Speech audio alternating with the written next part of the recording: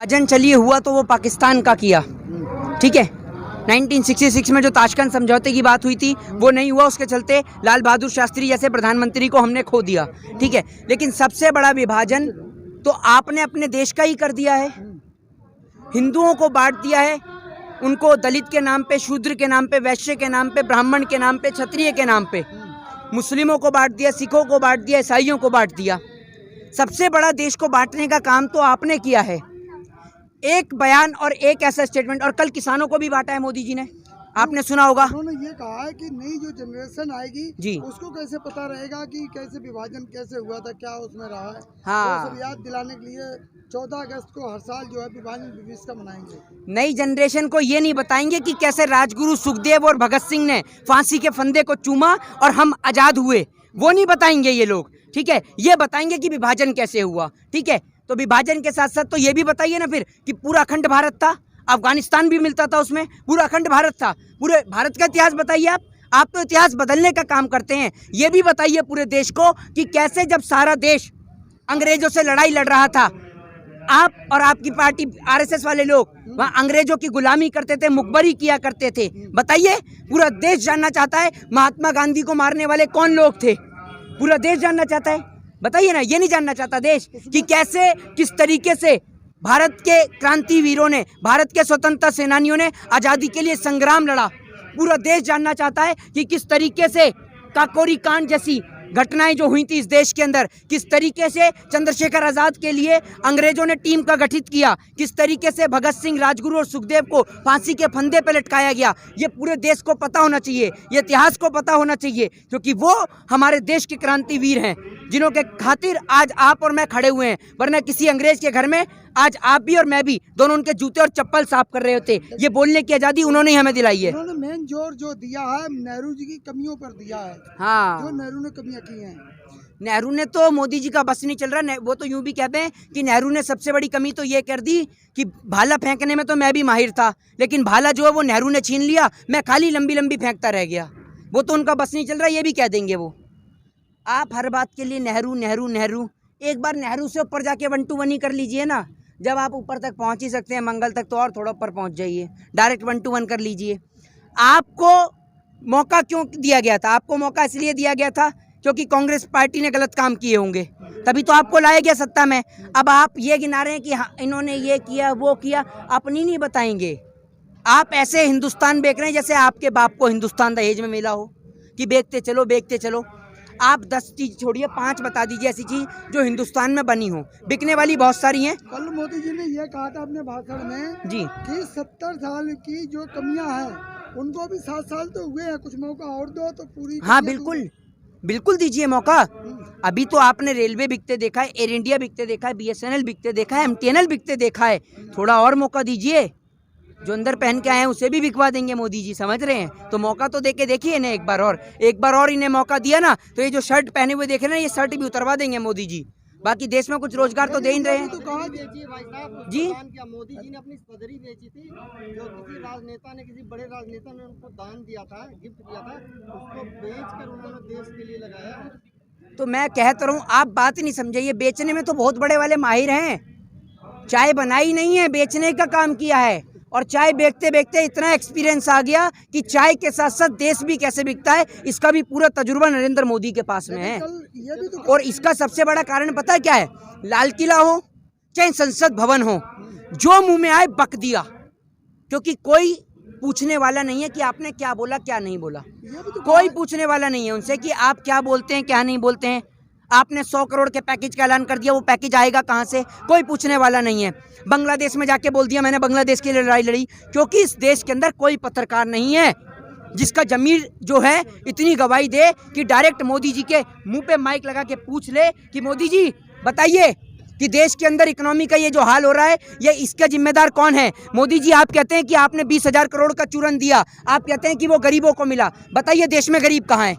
हर आदमी से पूछो, वो कहता है गरीब को मिला, गरीब को मिला। जरूरत इसलिए नहीं पड़ती है कि हर समय 1 महीने बाद मोदी जी मन की बात कर तो देते हैं। आप भी करिए ना आके मन की बात। उनकी मन की बात सुनने के लिए प्रधानमंत्री बनाया था या अपनी मन की बात सुनाने के लिए प्रधानमंत्री बनाया था, ये बताइए। अच्छा, कल PM साहब ने ये भी तो कहा है कि 1857 से जो कानून में खामियां थी उनको हमने दूर किया है। 1857 की विद्रोह क्रांति किसने करी थी? 1857 से लेके अब तक की जो कानून में हाँ हाँ, खामियां थी। तो मैं आपसे पूछ रहा हूँ 1857 की विद्रोह क्रांति की शुरुआत किसने करी थी? मंगल पांडे ने नेतृत्व किया था, शुरुआत करी थी उन्होंने, बिगुल फूका था। नेतृत्व किसने किया था? गांधी जी ने किया था। कौन से स्कूल से पढ़ के आए हैं भैया? भाजपा आरएसएस का इतिहास पढ़ के आते हैं? बहादुर शाह जफर ने, ठीक है। और किसके लिए किया था? का साथ में कौन कौन था? नाना पटोले, ठीक है, नाना साहिब, ठीक है। और कौन था? किसके लिए किया था? महारानी लक्ष्मीबाई के लिए। तो देश के इतिहास को पढ़िए। मोदी जी ने 1857 बोल दिया। जैसे आप, एक मिनट सुनिए, जैसे आप नहीं बता पाए ना कि 1857 की विद्रोह क्रांति का बिगुल किसने फूका, नरेंद्र मोदी जी से ये पूछ लेंगे ना कि 1857 की विद्रोह क्रांति थी क्या, तो अगर वो मोदी जी बता देना खड़े होकर, मोदी जी से जितने भी पत्रकार इंटरव्यू लेते हैं ना, सारे प्री प्लान लेते हैं, स्पीचेस पहले तैयार रखी रहती हैं, 10 दिन पहले उनके पास क्वेश्चन पहुंच जाते हैं, तब वो सवाल करते हैं।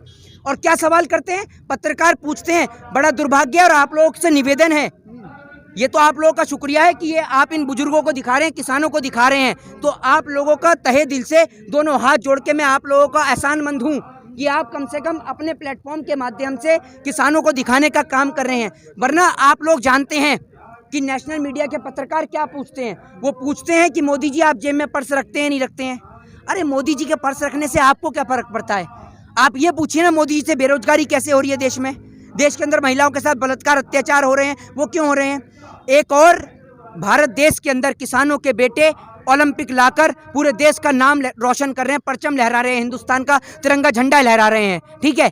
दूसरी ओर मोदी जी किसानों को इस सड़क पे बिठाल के पूरे देश में हमारे देश का नाम बदनाम करने में लग रहे हैं। कल ये कहा कि छोटे किसानों को फायदा हो रहा है, किसानों को भी इन्होंने बांट रखा है, किसानों को भी। कौन से छोटे किसानों को फायदा हो रहा है? अगर छोटे किसानों को फायदा हो रहा है तो मोदी जी, अगर आप इस बात को सुन रहे हैं और आप में दम है, तो एक बार 2016 से लेकर 2020 तक इस बात का आंकड़ा जनता के सामने रख दीजिए कि कितने किसानों ने आत्महत्या करी। अगर आप में दम है तो रखिए अपनी सरकार के द्वारा आंकड़ा, पता चल जाएगा कितना फायदा हो रहा है छोटे किसानों को। मोहित जी, आज जिस तरीके से 104 विधानसभा सीट पर योगी जी के नेतृत्व में या फिर उनके कार्यकर्ता सब जो है बीजेपी के, वो लगातार जाकर के किसान के जो कानून का जो फायदा है वो समझाने की कोशिश कर रहे हैं, तो क्या लगता है इससे वाकई में किसान समझेंगे? एक बात आप मुझे बताइए, 300 प्लस का बहुमत वाली सरकार पार्लियामेंट से नहीं समझा पा रही है, ठीक है, और आप कह रहे हैं कि इन कृषि कानून से फायदा है, ठीक है, आप कह रहे हैं फायदा है, सरकार कह रही है, सरकार कह रही है, तो सरकार बताने जा रही है, तो सरकार ने ये भी तो बताया होगा। चलिए आप ही मुझे बता दीजिए कि कृषि कानून से पहला फायदा ही क्या है, आप ही बताइए स्पेशली। सरकार कह रही है फायदा। अरे आप तो सरकार की एक बात पे नजर रखते हैं, आप तो बात पे नजर रखते हैं, बताइए। आपका पक्ष जानना चाहते हैं कि इसको लेकर के क्या वाकई में ऐसा हो? कॉन्ट्रैक्ट फार्मिंग आपने सभी ने पढ़ी होगी, ठीक है। कॉन्ट्रैक्ट फार्मिंग को जिस तरीके से महात्मा गांधी जी ने बैन किया था, ठीक है, दोबारा से कॉन्ट्रैक्ट फार्मिंग को रीस्टार्ट करने का काम किया जा रहा है। दूसरी बात, जब किसानों के जमीन की बात होगी, आप क्या समझ रहे हैं ये किसान जो है, ये दूध पीता बच्चा है, मोदी जी से बड़ी उम्र के किसान यहाँ खड़े हुए, दिखा देता हूँ मैं आपको, देख लीजिए, आइए बाबू जी जरा, और आपको दिखा दो, ये देखिए मोदी जी से बड़ी उम्र के किसान हैं ये, समझ रहे हैं। मोदी जी की उम्र जितनी नहीं होगी, और मोदी जी 18-18 घंटे पता नहीं कहाँ काम करते हैं, ये नहीं पता होगा, लेकिन ये 18 घंटे से ज़्यादा काम करता है खेत के अंदर। जब मोदी जी सुबह 4 बजे मखमली कंबल में सो रहे होते हैं ना, ये आपको नजर आएगा नंगे पैर खेत के अंदर चलता हुआ, समझ रहे हैं। हाँ, ये देख लीजिए, ये है किसान, ये मोदी जी की तरह 18 घंटे काम नहीं। 4 लोग हैं ये, 2 खरीदने वाले हैं, 2 बेचने वाले हैं। ये रंगा बिल्ला प्रॉपर्टी डीलर वाले पूरे देश को बेचने में लगे हैं। ये रंगा बिल्ला की जोड़ी पूरे देश बेच देगी अगर आपने इनको सही समय पर नहीं रोका।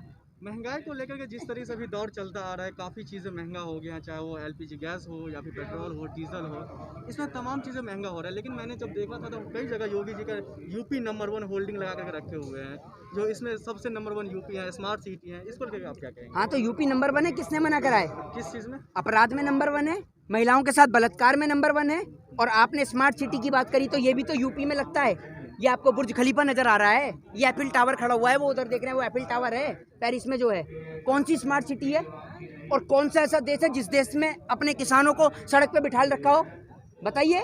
योगी जी एक बार भी नहीं आए होंगे पूछने के लिए किसानों से कि आपकी समस्या क्या है, क्योंकि उनको चुनावी प्रचार करने से फुर्सत हो तब हिंदुस्तान के लोगों से आके बात करें।